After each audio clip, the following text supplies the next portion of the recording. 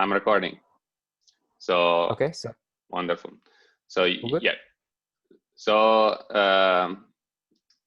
welcome all to the MedPL seminar, and this week we are fortunate to have Anthony Lin from Kaiserslautern and MPI. You know, your joint affiliation. I have yeah, I have an MPI fellowship, so for at least for very 5 good. years. And so Anthony has been moving a bit in the last few years, and now has landed at in Kaiserslautern. Previously, he was in Oxford, and before that, he was at the National University of Singapore, and has been in the last several years doing work at the general intersection of automata theory, constraint solving for strings, and model checking in the same work. And today he's going to tell us a little bit about this work he's been doing, and I'm very excited to hear it. Okay, thank you very much for the nice introduction, and thanks for inviting me to present here. Ideally, of course, I'd love to be there in person, but yeah, I mean, being able to meet you guys is the next best thing. All right, okay, so I'll just get started. So this is the work I'm presenting here is a joint work with quite a lot of collaborators here. Yeah, so so this is from a series of papers in the last, I think, about 4 years. Yeah, so these are this is the list of the co-authors. Okay, so let's just get started then. Yeah, so so in order to motivate the kind of problems we are looking at, let us first recall the technique of symbolic execution, which I'm sure you're familiar with. So I'm just gonna try to go through it quickly. But if you guys have any question, any point, just let me know. Yeah. So suppose you want to know if the assertion here. Can you see my? By the way, just a quick question. Can you see my cursor? No. Yeah, we see it. Okay. Yeah. Just to make sure. Yeah. Good. Okay. So suppose you want to know if this assertion can be violated with some inputs. Yeah. In order to check this, we can consider this symbolic execution. We can consider this program as the following symbolic execution tree. Yeah, corresponding to the program. So here, each node corresponds to is a decision point corresponding to a condition on the program. So you, for example, if you just take a look at this one, for example, a bigger than 5 is this one here, right? So you go to the left if the conditional is true. You go to the right if the conditional is it's the other way around. I think if the left if it's false, right if it's true. And associated with each edge are variable assignments. Yeah, for example, here, if you look at this one, yeah, a plus c greater than or equal to 30. So this is you have 7 and 8 here. Yeah. Okay. All right. So this tree is symbolic because each path in the tree from root to leaf, yeah, only represents a potential path. Yeah. The program, that is, it might not be realizable. That is, there might not be an actual concrete input that takes you from to leaf, satisfying all the conditionals. Yeah. All right. So also note that the conditional here at the leaf is a negation of the assertion in line 5, like 9. Sorry. Also the so the assertion checking problem now that we're interested in now boils down to the checking feasibility of at least one of the paths here from root to leaves. So let's take one such path here. Yeah. To check feasibility of this path, we can then simply consider conjunction of sorry, can I just, I can't see part of my screen here. Maybe I can try to turn it off here. Yeah, maybe this is better. Okay. Sorry, I mean, I just need to adjust it a little bit. Okay, so you simply take a conjunction of all the constraints along the path, yeah, and this is, and looks like this, yeah. And this is a formula, in this case, in the quantifier free theory of linear arithmetic. And therefore, the problem is checking that this is satisfiable, is decidable, in fact, anti-complete, and there is, yeah, it can be handled by your favorite SMT solver, like Z3 or CBC4, I guess. Okay, so now coming back to this symbolic execution tree.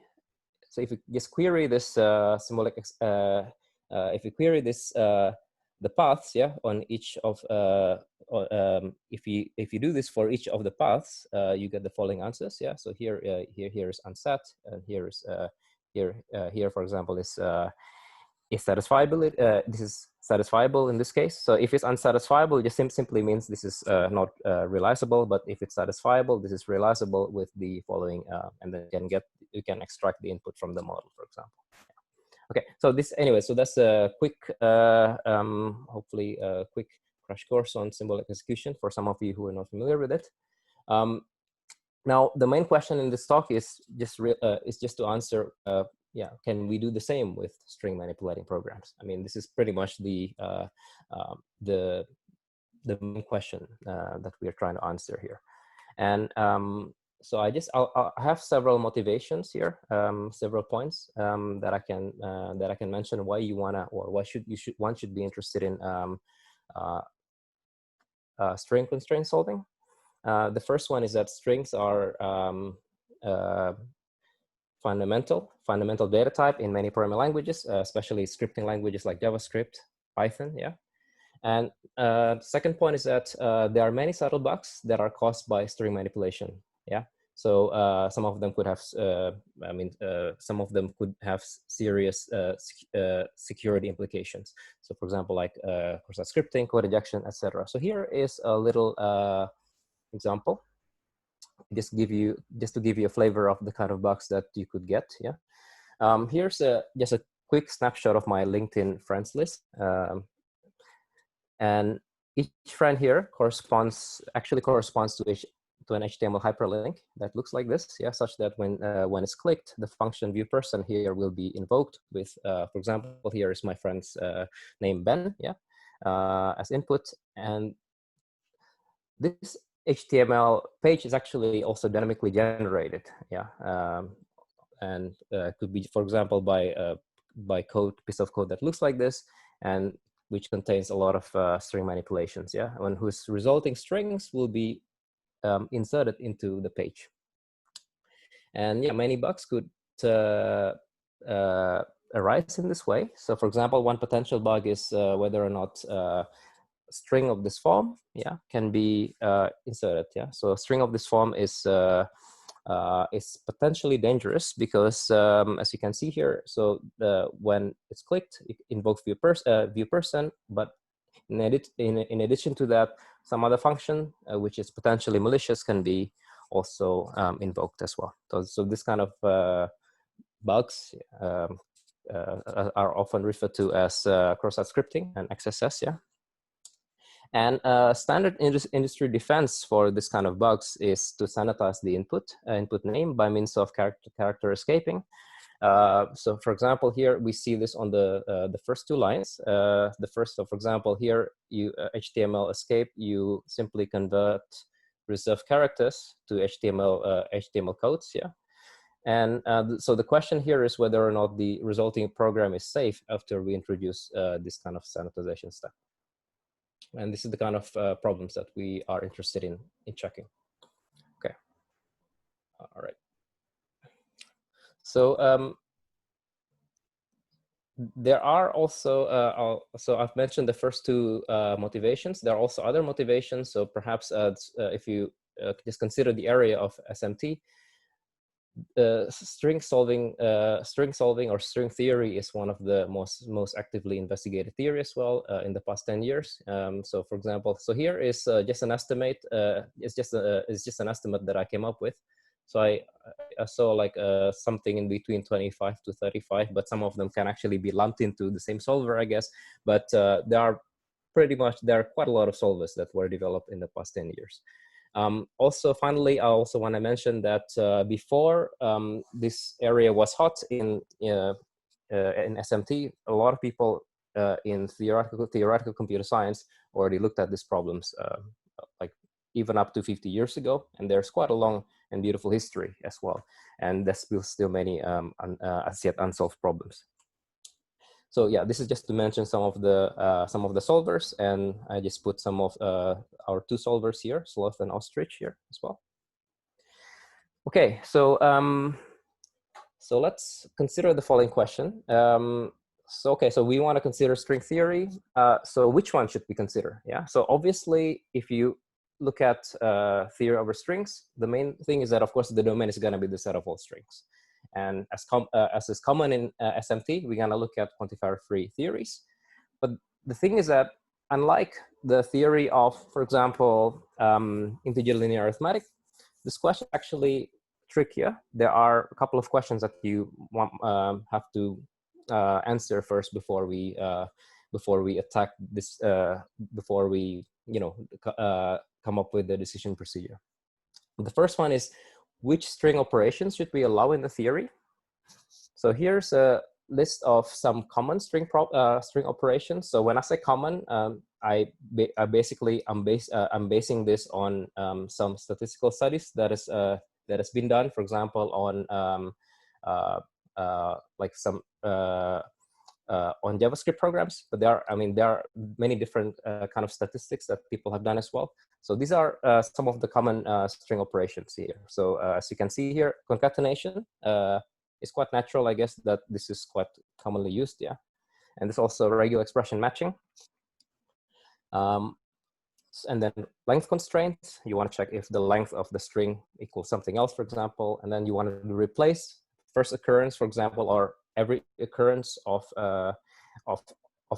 some string by some other string. There are many flavors of replace, and there are also some kind of transductions. Yeah, so a generalization of replace. For example, you want to do to upper, or you want to do escape. Yeah.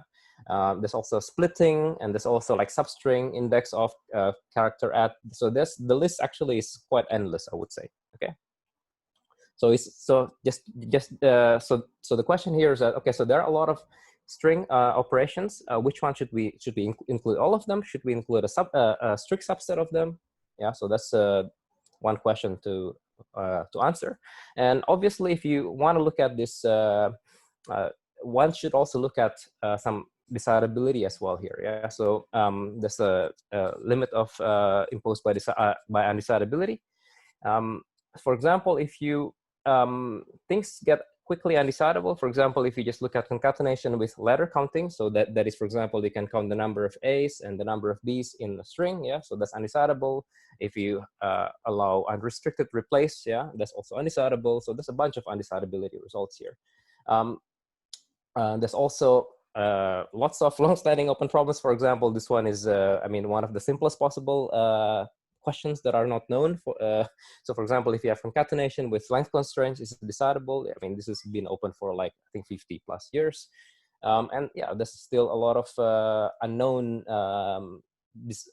things, decidability status as well. Yeah. Now, so finally, so that's decidability, but I should also mention one thing. Yeah. So there's still some, I would say some gap between theory and practice as well. So for example, like just the theory of strings, yeah, just with concatenation. So there's a well-known algorithm for that called Makhanen's algorithm. So there's no implementation of that at all. And one of the main problems is that, yeah, it's not really that easily. It's not easy to implement this kind of algorithms. Okay, so most of a lot of the solvers actually look at some kind of approximation of this. So they don't actually provide the guarantee that is provided by Makhanen's algorithm, for example. Okay, so yeah, so that's the problem with decidability. Here is the second problem, which I think should be of interest to Loris as well. I mean, of course, he knows this problem as well. So the second question is, what is a letter? This sounds like a silly question, but I assure it's not a silly question, because this was one of the questions that has prevented people in the community from agreeing on an SMT lib file format for string theory. So So here is one possible answer, at least good enough in theory. So let's just take a finite alphabet like an automata theory. But the main problem, of course, is that, yeah, this might not be, this is not satisfactory in practice, because such a finite alphabet is actually quite large in practice. For example, Unicode, yeah, if you want to analyze string manipulating programs like web applications, so Unicode is like everywhere, yeah. So this, you have to consider, so this question is good enough if you want to just get decidability, but if you want to be of interest, if you want to produce results that are of interest in practice as well, you do need to have something that can alleviate this problem. Okay, so at least for the purpose of this talk, I'm just gonna say like, okay, we just take a finite alphabet, and I will just say that yeah, so you can improve things, and you can ask me questions afterwards. It's possible to to lift up some of these results, yeah, in order to produce efficient string solvers but then you have to take care of this finite alphabet issue as well in some ways. Okay, so and so here so this is actually one of the things that we got out of Moscow last year. So yeah, so after many years of disagreements, so finally an SMT file format actually was formalized this year. So the last discussion was from Moscow last year, which is the string solving workshop that was co-organized by Loris and myself. And you can see it here if you're interested in the SMT file format. And here I just give you some highlights of the of how it relates to these two questions that I posed earlier. So for the first one, which operations? So here we have concatenation, length, regular expression matching, string number conversions. That is, you can convert numbers to strings and vice versa. Yeah, and there's also replace all. They're all added. And the alphabet, yeah, they finally decided on Unicode alphabet. Now, one thing is that if you look at this theory now, as formalized here, it's actually undecidable. Okay, so that's the first catch here. But okay, so so that's I think that's just the starting point of I think of this of our results, I guess. Yeah. So what we want to do here is to, so regardless of this kind of undecidability, the question, of course, is that can we still come up with a suitable decidable logic for symbolic execution of string manipulating programs? And this is what I'm gonna try to offer possible. I'm gonna try to offer a possible answer to this.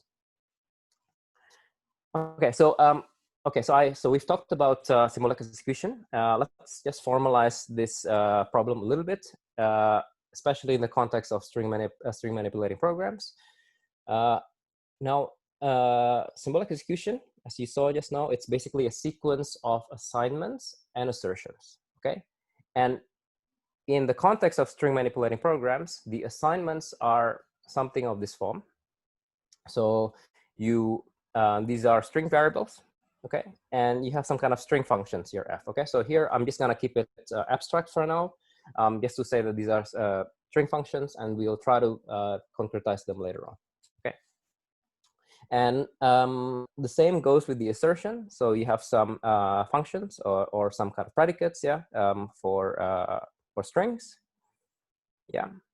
Okay, and of course here is just the sequential composition. And the semantics is quite natural. So basically, it's just you just take a standard operational semantics.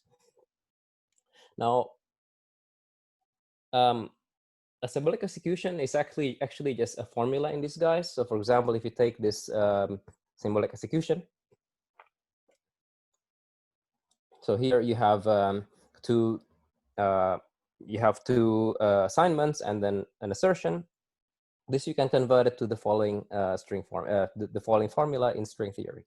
So the only thing you need to do is simply every time you do an assignment, on the left, the variable on the left-hand side, you just rename the variable. So for example, here is x, yeah? So I'm just gonna introduce a new variable. I'm just gonna make it x1, okay? And then after that is, so here x, it just becomes x1 as well. And here is y, okay? But then I'm just gonna introduce a new variable for that. So it's just gonna be y1, so on and so forth, okay? So this is, this kind of transformation is pretty standard. And the problem that we are looking at here is becomes the following problem, the path feasibility problem. So that is to decide if there exists input strings whose execution satisfies all the assertions. Okay. And of course, likewise, this is basically also just satisfiability in disguise. Okay, so yeah, okay, so let me just get a bit of take a bit of sip.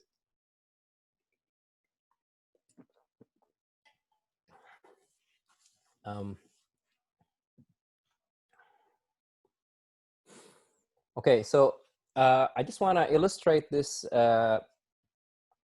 really quickly. So if we just take a look at the example from an earlier slide. So here, as you can see here, this is a path already, a symbolic execution. And in this case, the function HTML escape, yeah. So this is basically, as I mentioned, you want to convert certain reserved characters to the corresponding HTML code. So for example, if you do this, yeah, from here you HTML escape it. So you get, as you can see here, less than becomes this, greater than become this, etc. Yeah, and this is the inner HTML here in this case. So you have HTML escape. Inner HTML here just does the reverse. It does the code. And escape string, you simply / escape a quote, single quote, or double quotes. Yeah. Yeah. Okay. So here, just to illustrate what's going on, and now this, it turns out that, for example, in this this example, this sanitization actually is not good enough. So if you, for example, run it on the following string, yeah, if you set if you assign this to name, yeah, then what's going to happen is that you're going to go to the HTML escape here. We'll first HTML escape this single quote here, okay, and then the escape string here doesn't do anything, and then you go to the thing on the right here. So right hand side on line 3, you do the concatenation, you get that, and then after that you do the inner HTML. You actually just decode this HTML code back. So you get this thing, and which is which matches the attack pattern that we originally had. Okay, so this is just an illustration that things can be a little bit tricky. So if you want to look at this kind of question as a symbolic execution problem, what you need here is some kind of an attack pattern. Yeah, so basically you need some kind of a pattern that you want that you need to that you want to know whether it can be matched or not. Yeah, so some kind of an assertion. So for example here, so the name element here, you can have the following regular expression, whether or not it can match this. Okay.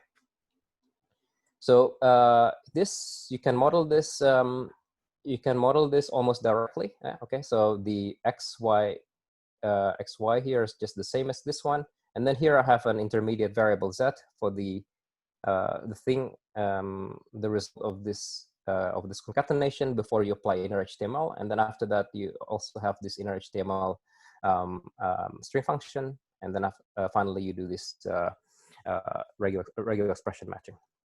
Okay, so yeah, just to show how to this reduction from this to path feasibility. Yeah, so this R1, R2, R3, they are complex functions, but they can be captured by finite transducers. In fact, there are some models of that already available, developed by Margus. I think you, Loris, might have also been involved in some of these things as well. Margus, I think also in the past, Pratik Saxena as well. So, and so you can model this thing with finite state transducers, or you can or you can model this with finitely many applications of ReplaceAll as well. But I mean, this can be quite big if you want to do that. All right. Okay, how much time do I have? Loris, how much time do I have? So I think we can try to shoot for another half an hour, including questions. Okay.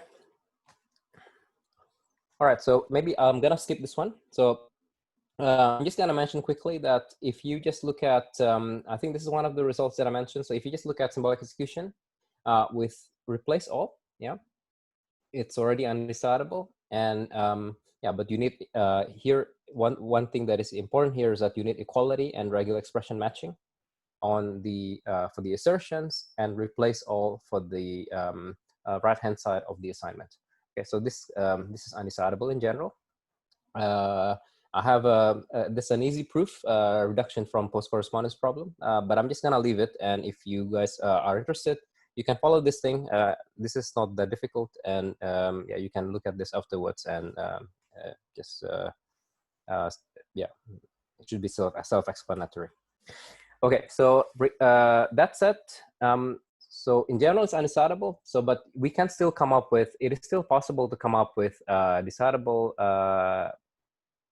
fragments of that. And I will mention some of these things, yeah, in the context of symbolic execution. So I will mention two cases. The first one is almost a direct corollary of the result by Makhanin, an old result by Makhanin, yeah, that the theory of concatenation, that is word equations, is decidable. So here, in the context of symbolic execution, the string operations is just concatenation, and the conditionals are basically just string equality and regular constraints. Okay, so this is decidable because just follows from result by Makhanin, 1977, and then after that there's Schultz as well, extending this to regular constraints. And this is, if you're interested in complexity, this is p-space complete. Yeah. Now, it's not known if it's decidable if you have conditionals like this as well. So this is the length constraints. Yeah, but the thing is that, of course, this doesn't capture the example that I just showed here on the previous slide. Yeah, and this, in fact, a lot of the examples that you have from web applications will require some kind of an encode and decode. Yeah, so this is, I would say, this is in general not good enough. On top of this, if you want to add transducers or ReplaceAll to this, it gives us undecidability. This is from the proof on the previous slide. So this is the,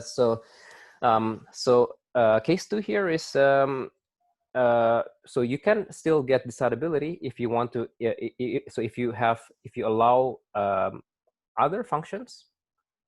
But if you want to do this, you need to syntactically restrict the, well, you need to restrict some of the, so one approach here is the following. So you need to remove one of the, so you want to increase the number of string operations that you allow, but then you want to remove some things from the conditional. So this is basically what is the straight line fragment here. And here, if you see what's, you have concatenation, finite state transducers. I would say you can also allow ReplaceAll here, yeah. But from the conditionals, as you can see, there's regular constraints are still there, and you have other things here. But one thing that is missing is the following: there's no equality anymore in the assignments. Okay. So you basically you remove equality from the conditionals, but then you add a bunch of other things in the string operations. So, but you still can do. Of course, you still are allowed to use equality, but this is gonna be used mostly in the form of an assignment. Okay. Yeah. So this is still decidable. The complexity is like 1 exponential higher, and this has been implemented in one of our solvers, Sloth, yeah, without the length constraints. And this can capture the example, the cross-site scripting example from before. Oops, sorry. Yeah, so this example from before, as you can see here, the R1, R2, and R3, these are finite state transducers, and then you have concatenation here, which is also allowed. And then here, finally, you have the regular constraint. Okay, so you don't really have an assertion that contains equality. Okay, I'm gonna skip this bit here. So these are just to show you what transducers look like, but I'm pretty sure that Loris has talked about transducers all the time there. So so that's I'm not gonna go through this because I'm just gonna go through a simpler model here in the talk. Yeah, so one thing here is, yeah, this captures a majority of the existing string solving benchmarks, which is I guess good news here. And one thing here, I'm just gonna pose a following hypothesis, yeah, that string equality. So this fragment, yeah, or this logic is should be pretty meaningful in practice because of the following hypothesis that string equality is used in a restricted way in practice. Okay, so whatever that means, I don't want to make this more formal, but I think this is something that one can try to look at. This has been, I think this is supported by the at least the preliminary bench studies, but yeah, of course, one has to see what happens. Okay, so what I'm going to talk about in the rest of the talk is one approach that we had from Popple 2019. So this is basically a general framework for constructing decision procedures for string solvers. Anthony, yeah. This is Tom Reps. Can I ask a question about your previous slide? Could you go back one slide? Yeah. So if you have disequality, it seems like then you're going to have to you're going to be restricted to cases where you have equality in the assertions because you negate the assertions, and also it seems like you can't use either equalities or disequalities in a real conditional where along both branches you can get to an assertion, because then you'd only be able to handle one side and not the other. Because on one side you'd have a disequality, and on the other side you'd have an equality. So I guess you're referring to this bit here, right? Okay. Correct. Yeah. So okay. So I think one thing that I can say here is that even for the disequality, so even for this this case here where we allow disequality, so we don't actually have a lot of benchmarks that have there's not a lot of benchmarks that have this as well.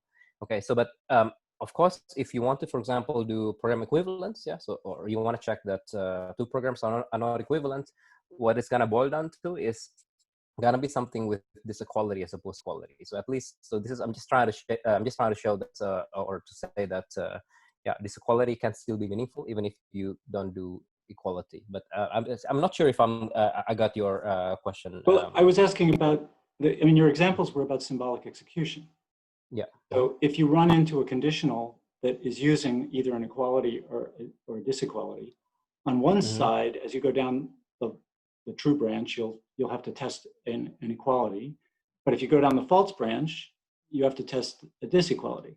So in symbolic execution, it seems like having only one in your language is going to be some handicap. That was really well. The point. I mean, this I think this really depends on the okay, so this is why I think what we are trying to do is to separate the conditionals and the conditionals and the what do you call it, and the assignments, yeah, because when you do symbolic execution, you negate the conditionals, right? You don't negate the assignments, right? So that's no, but you can join the conditional when you go down the true branch, and you can join the negation of the conditional when you go down the false branch. So it seems like you have to have both. Yeah. Or else you can't explore everything. Yeah. So, but I mean, like, do you? I thought, like, typically you negate the last condition, right? No.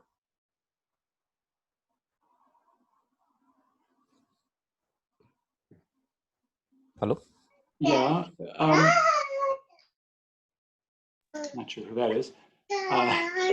No, but I mean, I think what Tom is saying, okay, Anthony, is right. That is like, if you have a path, there are some paths where you went there because the condition was false. And in the path, you will say not x not equal y, which is x equal y. And so you have equality at the end of the day. Okay, I think I see what you're saying. Okay, so if you have this equality, okay, all right, okay. I think I got what you're saying. Okay, so if you have this equality, when you negate it, you get equality, right? Is that what you're saying? Exactly. Okay. Exactly. All And if you right. have a Yeah. so if you Okay. have a Yeah. branch with Sure. one, then No. you Yeah. can't So okay. you can't do both That explorations. yeah. Okay. All right. Okay. I think I just misunderstood you just now. Okay. Yeah. Sure. I completely agree with this. So I mean, in general, if you allow this equality, yeah, that's not gonna work because it's not really close under negation. Yeah. It's just Right. that I think the logic is still interesting anyway with this equality. For example, you can do yeah. I mean, not for for symbolic execution, of course, but for if you want to do param equivalence, you can actually model this as this equality. Yeah. So because you want to do you want to see if there's some the same input. Yeah. You can end up with I guess 2 different outputs, right, or something like that. Right. I think that's all for I wanted to say. or for symbolic execution, it was that you would only allow equalities in assertions, because then they Yeah. would be negated and turn into disequalities. Okay, fine, sorry. Yeah. You're right. But then, like, yeah, there's the limitation that you're not going to be able to explore everything. Okay. Yeah. Sure. Yeah. Okay. Okay. Yeah. Okay. Cool. Yeah. Thanks. Yeah. All right. I think I was here before, right? Okay. Yeah. So I think I don't have that much time. I'm gonna try to just say this. Yeah. So what I'm gonna present here is just this work from last year, Popple, and yeah, so this is basically, instead of trying to pinpoint the fragment that is decidable or not decidable, what we are trying to do here is to just come up with generic semantic conditions, yeah, of of F and G that can ensure decidability. Okay, so this is what we are trying to do here, and the conditions that we came up with are as follows. We have two conditions. The first one is that if you're given a regular constraint, that is a regular language, yeah, and you want to take the preimage of F, yeah, sorry, preimage of the regular language under F, it has to be also a regular language. Okay, so so basically the regular constraints are close under taking preimage. Okay, so this is not yet precise, but I'll try to make this more precise in a bit. Yeah. This turns out to be satisfied by yeah, concatenation, replace all transducers. I mean, by quite a lot of different functions, which is good. And the second condition that we allow that we propose here is that G, yeah, admits regular monadic decomposition. By that I mean, if you so the G here, you can effectively rewrite that as a Boolean combination of regular constraints. Okay, so yeah, we have these two conditions, and I will go through this in a bit more detail, but let me just state the main result first. Yeah, that there exists. So yeah, we show that if we assume C1 and C2 for all the functions in the programs, then we have a decision procedure for checking satisfiability of the constraints, yeah, of the symbolic executions, yeah. Yeah, here I just put fast, simple, and complete. So in the sense that the decision procedure is actually quite simple and it can be implemented. You have a pretty good implementation of that, and it also has a completeness guarantee as well. And here it's also expressive, yeah, because it actually captures many existing practical string constraint benchmarks. I think quite a lot of them. I would say about 70 to 80% of them. So here are just some examples and not examples. Yeah. So if you look at this, I just want to say, like, these are the first two are examples of that, and the below here, these are they do not satisfy this. Yeah, but I'm not gonna even though it's possible to extend this. Yeah, I'm not gonna mention this here. But let me just say okay, yeah. So I think just to say very quickly, so these two examples are the ones that we already saw just now, right? Okay, so a little bit about the conditions. So in order to see this C1 and C2, yeah. So let me just mention this. I need to introduce this notion of recognizable relations. Okay, so a relation. So we know that if we have language, we know what it means for it to be regular. Okay, but here the problem is that if you look at the functions, yeah, if you look at the functions, we might allow multiple inputs, right? So the inputs that we allow here. So for example, if you look at concatenation, you have one output, yeah, but then you have, let's say, two inputs, yeah, or three inputs, right? If you have, let's say, replace all, you might have two inputs and one output, yeah. So if you want to talk about the preimage, yeah, so the preimage of a language is not a language here, but it's a relation, yeah. So we need to, so in this sense, we need to understand what it means to be regular, because we're talking about regular constraints, right? Okay, so so here is one possible definition of extension of the notion of regularity to relations. So this is called recognizable relations. So a relation is recognizable if it can be expressed as a finite union of products of regular languages.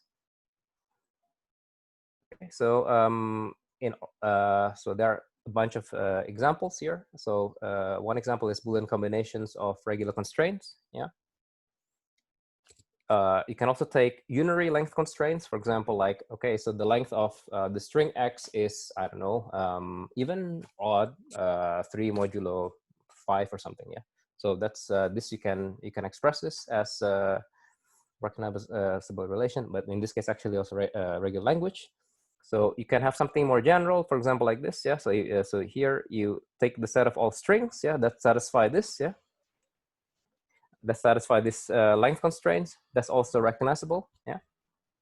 So yeah. So so there's a bunch of examples here, but there are also, of course, non-examples. For example, like checking whether the relation of x equals y. Yeah, that's not recognizable. Also, the length of x equals length of y. That's also not recognizable. Yeah, just to say quickly, it's given just checking if length constraint is recognizable. It's actually decidable, and it can be checked in. It's actually quite complete. Okay, so now we can state this more precisely, the conditions. Yeah, so the function f satisfies C1 if the preimage of a regular language with respect to f is effectively recognizable. Okay, so that's the first condition. And for the second condition, the function f satisfies C2 if this is effectively recognizable. All right, so that's the C1 and the more precise definition of C1 and C2. Okay, I think I don't have that much time, so what I'm gonna just say quickly here is okay, what am I gonna do? So I think so Loris, how much time do I have? I think we sort of started like 15. Maybe can I have like 5 minutes maybe, or yeah, something? you can add 5 to 10 after the hour. Okay, all right. Okay, so let me just say it very, very quickly then. I'm not gonna like go through the gory details, of course, but I just want to mention that just to give you a flavor of this how it works here, like this how something can satisfy C1. So concatenation satisfies C1, and I will show like how to do that. It's actually not really it's not that difficult. This can be you can show this by doing automata splitting. Okay, so just to give you a simple example, suppose you have the following constraint. Yeah, x equals y concatenate z, and you have this regular constraint that x is in L. Yeah, and L here has states q0 up to qn. Okay, right. So now what you want to do now is so here you have a function concatenation with 2 inputs, 1 output, and then you have the language L. We want to take the preimage of L here under this, right? So if you want to do that, this is the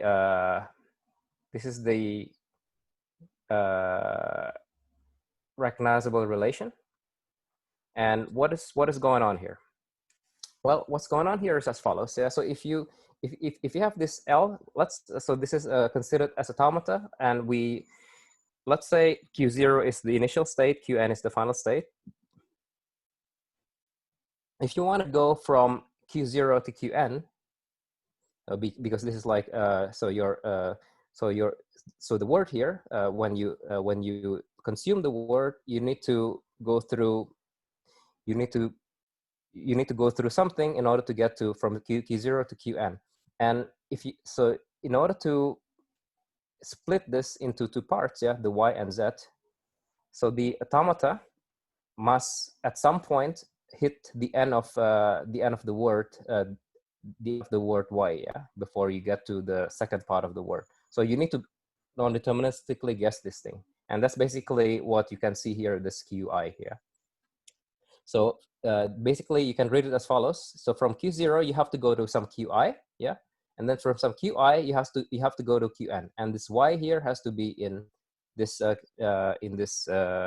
language, and the Z here has to be in this language, okay? And this is done, and then you non-deterministically guess one of them, okay? And that's pretty much that's the formula that you get. Okay, so okay, I have examples here, but I think I will try to just skip it. This one, yeah. So you can do the same thing with the ReplaceAll function. Yeah, so in this case, yeah. But so I wanted to kind of give a flavor of this, but let's just do it like this.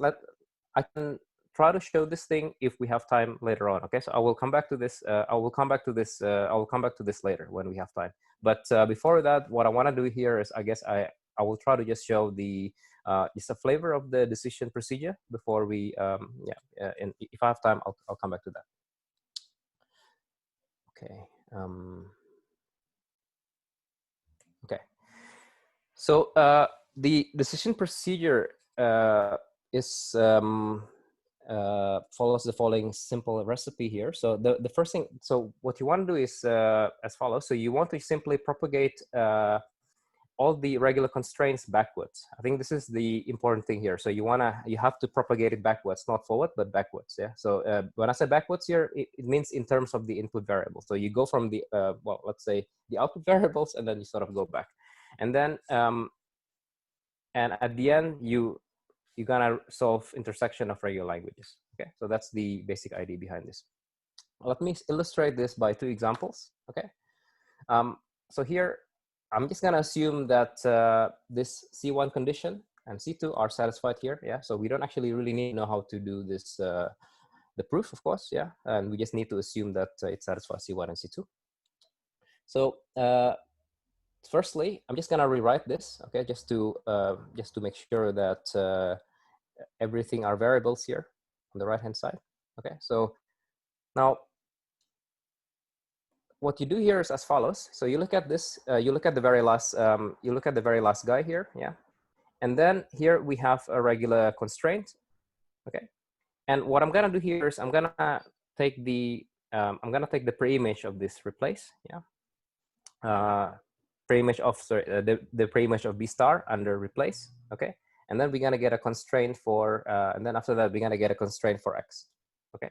And here it's actually quite easy enough. You can even check it. So if you look at this replace, yeah, you take the preimage of that. It's just gonna be B star again. Okay. This, by the way, this just means replace all occurrence of A in X by C. Okay. So by doing this, you remove the very last assignment. Okay, and then you can continue in the following, you can continue in the same way for this function, yeah. And then what you're gonna get here is just the following constraints for X and Y and Z. So you take the preimage of that, yeah. So you get constraint of for X, Y, and Z. Now if you do this, if you see this, this is simply just an intersection of regular languages, and then you just need to solve that. Yeah, this is a problem that is well known to be decidable, and there are some fast solvers for that. Just to show you here on a slightly more complex example. So suppose you have two. So here the replacement variable. Yeah. So this is actually no longer a constant string, but this is a variable. So if you can do it in the same way here. If you have replace, and this turns out to also satisfies the conditions C1 and C2. So you can do that. You can take the pre-image of replace, a pre-image of L2 under replace, and then you get some constraints on x0 and y.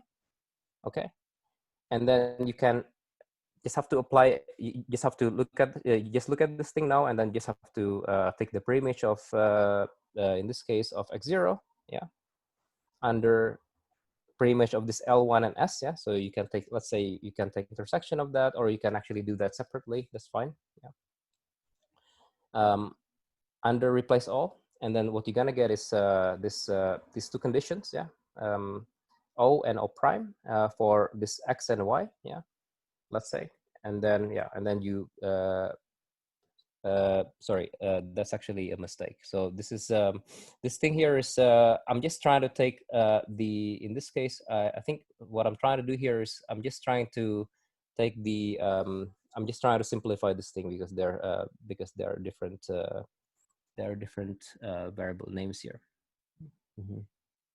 Yeah, and then here is the last part here where I actually take the where I actually take the pre-image, and then you basically get the same thing. You just have to solve the intersection of regular languages. Okay. All right. So and here is the here's the algorithm. But yeah, I think I'm not gonna go through that because I went through the example already. So there's a couple of things to some detailed points to check. Yeah. So the main problem here is actually when we look at the experiments, the main problem here is actually we need to be able to deal with disjunctions more efficiently. And yeah, I mean, this is something that I have not mentioned yet. So what we are doing is we just actually our strategy is pretty simple. We're just doing a simple depth first search, yeah, with some simple conflict sets and close learning. Okay. And also we need to have an efficient checker for intersection of regular languages. So what we are doing is actually we're not doing anything very fancy. We're just doing on the fly DFS construction of this product automata with simple memoization. Yeah. And finally, of course, there's a question of how to handle large alphabets. Yeah. And then here we actually didn't implement the full symbolic automata. We're only using only using intervals. Okay. So this is a very restrictive kind of symbolic finite automata. Okay, so yeah, so this is a CR solver here. Yeah, okay, I think I'll just mention something very quickly here. So we tested this on several benchmarks. This is actually this result, like these diagrams are a little bit I would say it's a little bit out of date. We have a new one, but it's not completely done yet. We are redoing this thing now actually. But the two main I will say so we're comparing this with CVC4 and Z3, yeah, and also our previous solver sloth. There are 4 categories here. So Kaluza here contains so we're only looking at so Kaluza here contains concatenation, regular constraints, but it does not contain transducers. Yeah, so this can be handled by CVC4 and Z3, for example. And the same here with this lock replace. Yeah, this has replace in the sense that you replacing the first occurrence. Yeah, so this can also be handled by CVC4 and Z3. But here in these 2 cases here, we're looking at transducers and replace all, which are not supported by CVC4 and Z3. So what we have here is this one here, yeah. So the this is ours here. So the green one, okay. So if you look at this for these two categories, CVC4 is, as you can see, is the fastest. We are a little bit slower than CVC4, but yeah. So this for these two cases, we also show that we can by using this. So our implementation actually improves the earlier our earlier decision procedure sloth. Okay, so I think that's, I sort of want to just finally just wrap up here. So this a couple of things I didn't mention. Yeah, so yeah, so the other functions are known to satisfy C1 as well. Yeah, like reverse, for example, finite, like other kind of finite transducers, like one way, two way, and also with some further restrictions, it is actually possible to also generalize this. The kind of decidability results that we get if we allow by like allowing length constraints as well, yeah, and also disequality as well. Okay, so I think I will skip this one. Yeah, this one I'm gonna skip. And this, I just want to say one thing here. So if you're interested in more of the string solving, so I provide the link of the Moscow 19. There are a lot of really excellent slides here. Yeah, do take a look. And I think I'm just gonna stop here. I'm just gonna leave you guys with some specific open problems if you guys are interested. Okay, and thanks a lot.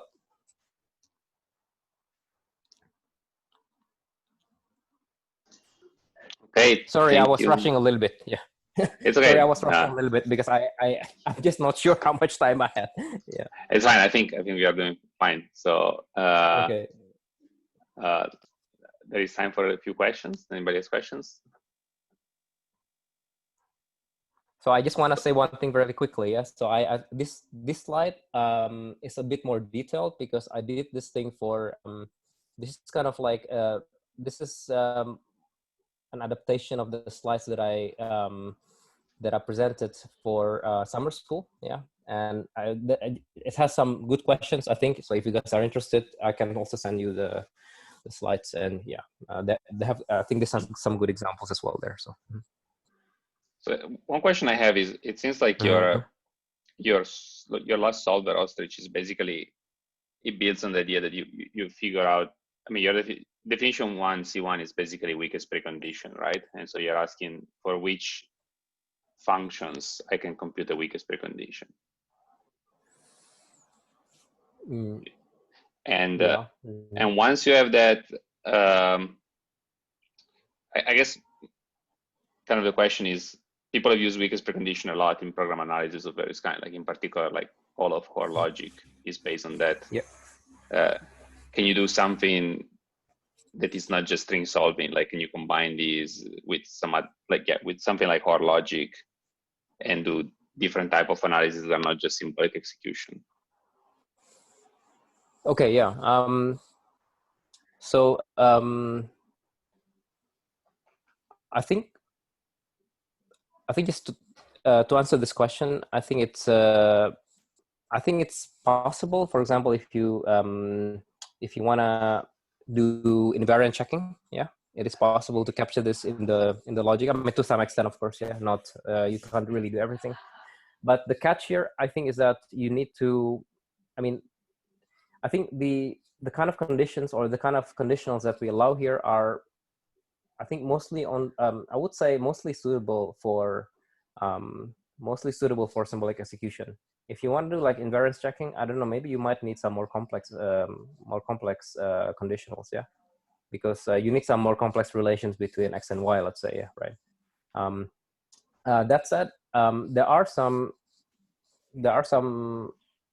benchmarks that we have, yeah, that did invariance checking for some simple programs. This also works, yeah. I mean, there are some simple examples, but it's just that I'm not sure how general this will become if you want to do that, yeah. So, for example, yeah, just invariance checking. I guess that's one possible example, no? And are there other questions? I also had a note about for the intersection emptiness. There are a couple of ways to do it that are sometimes better than building the DFS intersection. So there was some work from Zach Kincaid and me on using kind of basically alternating automata, and then you can you can do congruence closures, so you can avoid actually a lot of paths.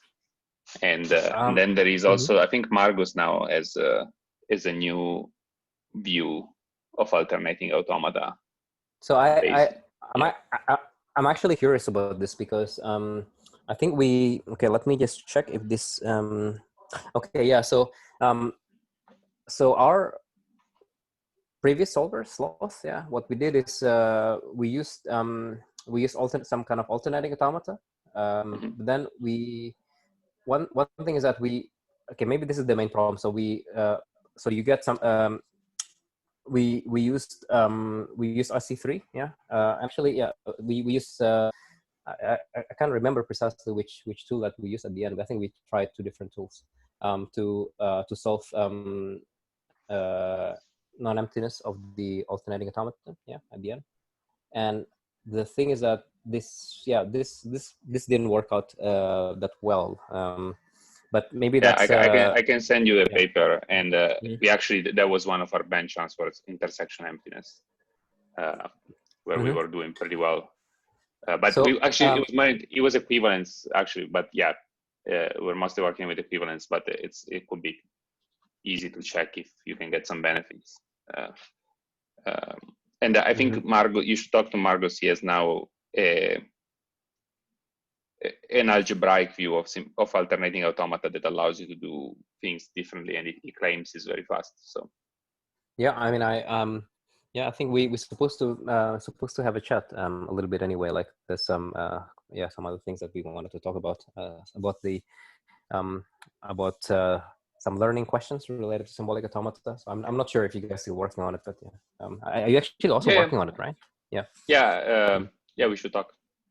Okay, I think we are enough over time where we can stop at this point. So thank you so much again for the invitation. Yeah, so we'll catch up again. Outside this.